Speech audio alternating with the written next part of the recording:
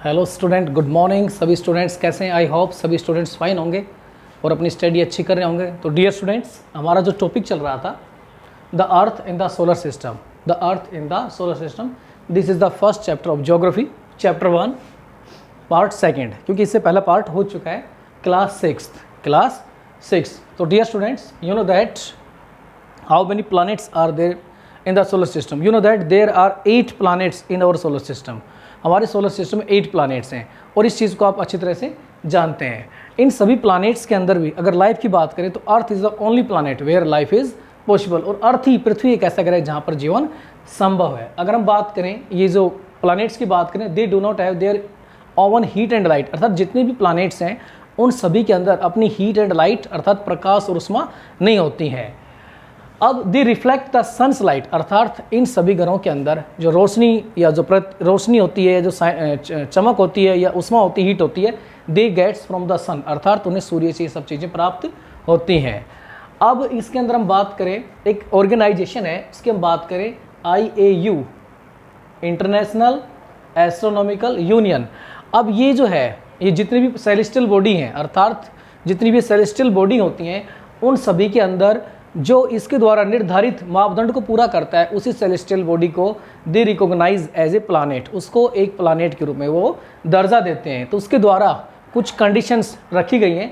अगर उन कंडीशंस की बात करें, the first is it must be a celestial body orbiting around the sun, अर्थात ऐसी कोई सेलेस्टियल बॉडी जो सूर्य के चारों ओर घूमती हो, सूर्य के चारों ओर, अर्थात एक निश्चित एक मार्ग के अंदर अपना निश्चित एक वर्त बनाती हो, उसके अंदर घूमती हो। तो पहला कंडीशन तो ये होनी चाहिए। The second condition, it must have enough weight for its self gravity, अर्थात उस ग्रह के पास, उस सेलेस्टियल बॉडी के पास अपनी इतनी गुरुत्वाकर्षण शक्ति, सेल्फ ग्रेविटी होनी चाहिए कि वो अपने चारों ओर का मार्ग साफ कर सके और अपने आसपास की चीज़ें उनको अपनी ओर अपनी ओर खींच सके। उसको बोलते हैं ग्रेविटी, अर्थात गुरुत्वाकर्षण शक्ति। ये पृथ्वी है, अपनी जो अर्थ है, इसके पास भी ग्रेविटी पावर होती है। जितने भी प्लैनेट्स हैं सभी के पास ग्रेविटी पावर होती है, यहाँ तक कि जो सन है उसके पास भी पाई जाती है। It must have a near by round shape, और वो मूवमेंट करते समय एक राउंड शेप बनाए, अर्थात गोल आकार का अपना शेप बनाए।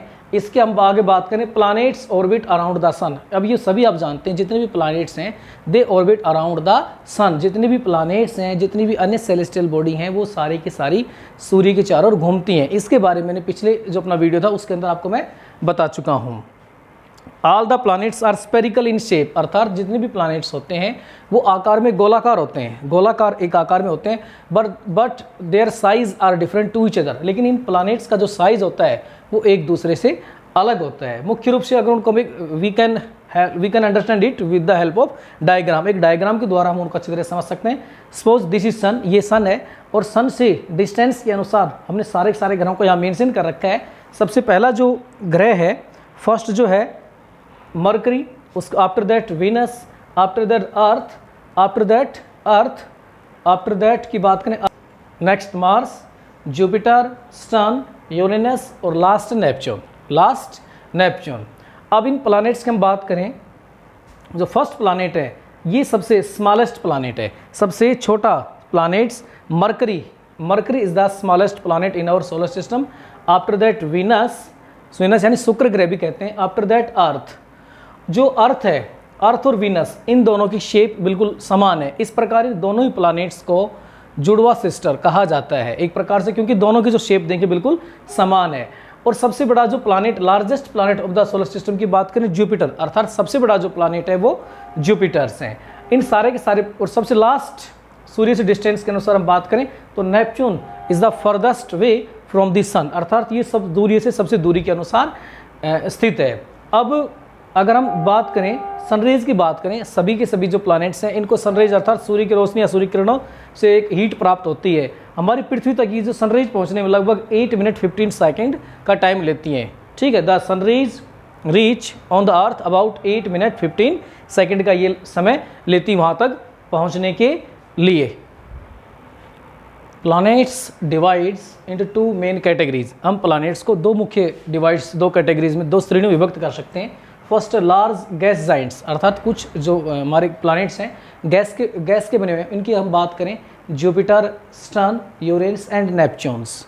These planets are made with the gas next की हम बात करें टेरेस्ट्रियल प्लैनेट्स। टेरेस्ट्रियल प्लैनेट्स अर्थात चट्टानी, जिन ग्रहों का निर्माण होने के अंदर चट्टानों का बहुत बड़ा हाथ है, उनके अंदर हम बात करें mercury, Venus, earth and Mars. ये 4 अन्य प्लैनेट्स हैं जिन्हें हम टेरेस्ट्रियल प्लैनेट्स कहते हैं अर्थात चट्टानी ग्रह भी कहते हैं। नेक्स्ट हम बात करें the movement of the earth. There are 2 types of the movement of the earth, अर्थात हमारा जो ग्रह है उसके 2 प्रकार की मूवमेंट हैं। First movement is rotation and second movement is revolutions. Rotation movement की बात करें तो रोटेशन मूवमेंट पृथ्वी का वो मूवमेंट होता है जिसमें पृथ्वी अपनी एक्सिस अर्थात अपनी दूरी पर घूमती है।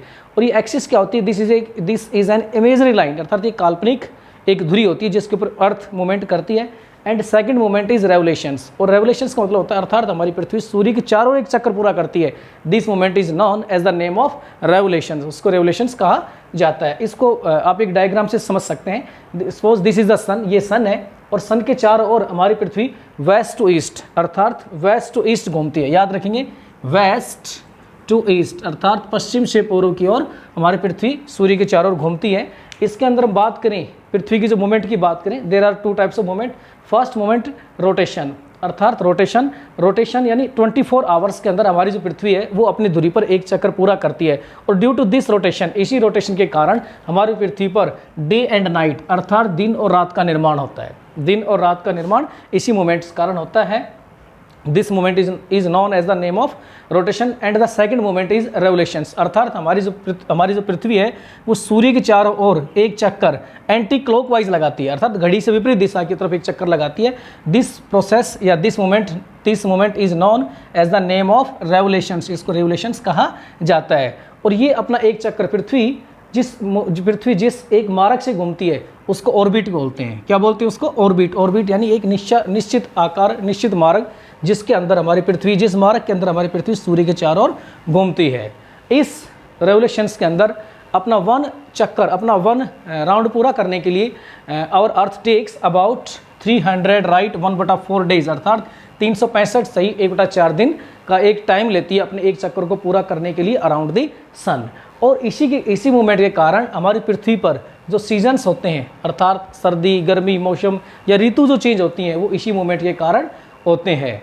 तो इस प्रकार आपने देखा कि हमारी पृथ्वी पर 2 प्रकार के मूवमेंट पाए जाते हैं, रोटेशन एंड रेवोल्यूशंस का मूवमेंट पाया जाता है।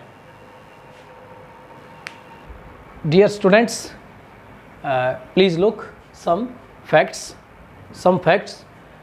We know more about the planets and कुछ अन्य फैक्ट्स हैं जिनके द्वारा हम इन ग्रहों को अच्छी तरह समझ सकते हैं। और first, this is sun. First planet is Mercury. Mercury is the smallest planet in our solar system, अर्थात जो मरकरी है ये सबसे स्मॉलेस्ट प्लैनेट है in our solar system. Second planet according to sun, Venus is the brightest and hottest planet, यानी ये जो planet है ये सबसे ब्राइटेस्ट भी है और सबसे हॉटेस्ट भी प्लैनेट है। Third planet is earth. According to distance our earth has third position, अर्थात हमारी पृथ्वी का तीसरा स्थान है। तो इसकी हम बात करें वेयर लाइफ इज पॉसिबल, अर्थात पृथ्वी एक ऐसा ग्रह है जहाँ पर पानी संभव है, और इसी पानी के कारण इसको हम ब्लू प्लैनेट अर्थात नीला ग्रह भी कहते हैं। हमारी पृथ्वी को ब्लू प्लैनेट भी कहा जाता है due to water. Next Mars की हम बात करें, रेड प्लैनेट, इसको लाल ग्रह भी कहते हैं। किस प्लैनेट को रेड प्लैनेट कहते हैं? अर्थात मंगल ग्रह को कहते हैं Mars red planet because its surface is red, क्योंकि इसकी जो सतह है वो रेड बनी हुई है। Next Jupiter, largest planet, this is the largest planet of our solar system, ये हमारे सोलर सिस्टम का सबसे बड़ा ग्रह है। नेक्स्ट सन, अगर सन सूर्य, इसकी हम शनि, इसकी हम बात करें सेकंड लार्जेस्ट प्लैनेट, अर्थात ये दूसरा सबसे बड़ा ग्रह है। Next Uranus, first planet to be discovered by telescope, अर्थात टेलीस्कोप के द्वारा खोजा गया ये पहला ग्रह था, टेलीस्कोप के द्वारा इस ग्रह को खोजा गया था। नेक्स्ट नेपच्यून की बात करें, farthest planet from the sun, अर्थात सूर्य से सबसे अधिक दूरी पर स्थित ग्रह है Neptune. And the last Pluto, this is not a planet presently, ये जो प्लूटो है अब एक ग्रह नहीं है। This is a dwarf planet, अर्थात इसको बोना ग्रह की श्रेणी में रखा गया है। सिंस 2006 अर्थात 2006 से इसको ड्वार्फ प्लैनेट अर्थात बोना ग्रह के रूप में इसको मान्यता प्राप्त है। This is the not part of our solar system, अभी हमारे सोलर सिस्टम का पार्ट नहीं, अर्थात ग्रह उसकी श्रेणी के अंदर ये नहीं आता है, ये एक ड्वार्फ प्लैनेट है अर्थात छोटा एक क्षुद्र ग्रह के रूप में इसको रखा गया है। तो डियर स्टूडेंट्स, अगर आपको समझ नहीं आए तो बार बार वीडियो को देखें और चैप्टर को पढ़ें, चैप्टर के साथ साथ वीडियो को देखें। Best of luck. Okay students, fine.